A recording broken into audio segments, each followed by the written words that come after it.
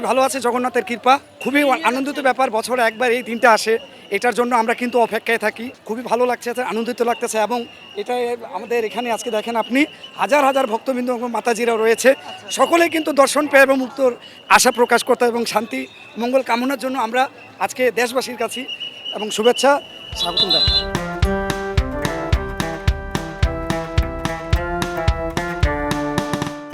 রথযাত্রা মূলত হচ্ছে আমাদের ভগবান জগন্নাথ, বলদেব এবং সুভদ্রা মহারানীকে নিয়ে।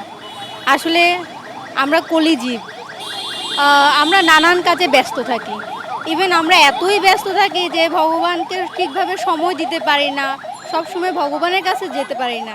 কিন্তু ভগবান জগন্নাথ অনেক দয়াময়। ভগবান যখন দেখে যে আমার ভক্তরা আমাকে সময় দিতে পারছে না, ওরা নিজেদের জীবন নিয়ে এত ব্যস্ত যে আমার কাছে ঠিকভাবে আসতে পারছে না, তাই ভগবান নিজে কৃপা করে ভক্তদেরকে দর্শন দেওয়ার জন্য এই পথে বের হন রাজপথে। তাই ভগবান জগন্নাথ, বলদেব, সুভদ্রা মহারানী তিনজন বের হন যেন আমাদের মতো কলিজীব ওনাদেরকে দর্শন করতে পারি, ভগবান সবাইকে দেখতে পারেন, সবাই কিভাবে আছেন, সুখে দুঃখে ভগবান নিজের চোখে দেখেন। হ্যাঁ, এই কারণে ভগবান রাজপথে বের হয়ে আমাদেরকে দর্শন দেন। আমাদের মতো কলিহত জীব যারা, ওনাদেরকে ভগবান স্বয়ং কৃপা করেন।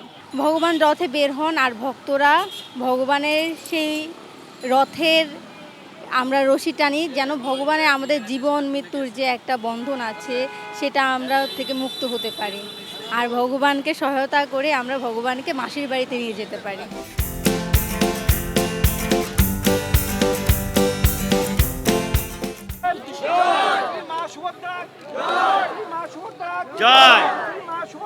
ভগবান শ্রীকৃষ্ণ, বলরাম এবং সুভদ্রা তিনজনের এই অক্ষয় তৃতীয়াতে আমাদের এই দিন থেকেই রথের যাত্রা শুরু হয় এবং 800 বছরের যে পুরনো মন্দির পুরীতে রয়েছে সেখানে ভগবান শ্রীকৃষ্ণ স্বয়ং জগন্নাথ রূপে বিরাজ করেন এই রথযাত্রার মাধ্যমে।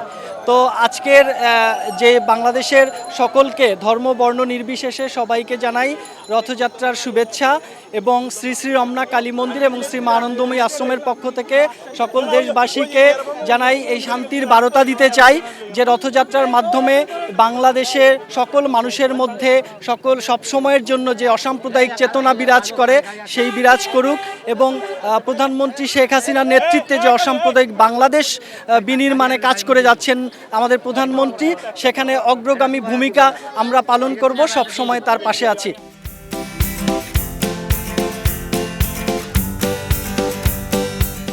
রথযাত্রা উপলক্ষে আজকে বিশেষ একটা দিন মনে করেন যে আজকে এখানে ভগবানের রথে চড়ে দর্শন করতে আসবে, সবাইকে দর্শন দিতে আসবে। রাস্তায় অনেকে সময় পায় না ভগবানের দর্শন করার জন্য, ভগবান নিজেই আসে, আপনার রাস্তায় আসে ভগবানের দর্শন দেওয়ার জন্য, জনগণের সবাই দর্শন দেওয়ার জন্য। ভগবানের এখানে রথে চড়ে দর্শন করলে পরে বা রশি ধরে টানলে মানুষের আর পুনর্জন্ম হয় না, এটা একটা ভাইটাল দিন।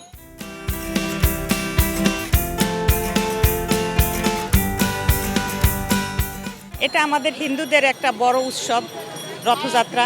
এখানে শ্রীকৃষ্ণর বোন সুভদ্রা, বলরাম আর জগন্নাথ দেব এরা মাসি বাড়ি যাচ্ছে, ওখানে গিয়ে একদিন স্টে করবে, তারপর আবার উল্টা রথযাত্রা তারা এক সপ্তাহ পর চলে আসবে।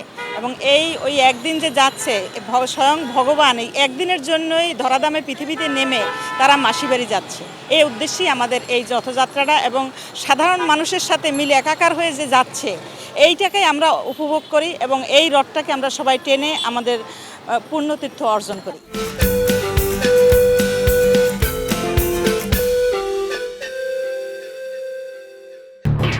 এলো খবরের কাগজ, নিখাদ, নির্ভীক, নিরপেক্ষ।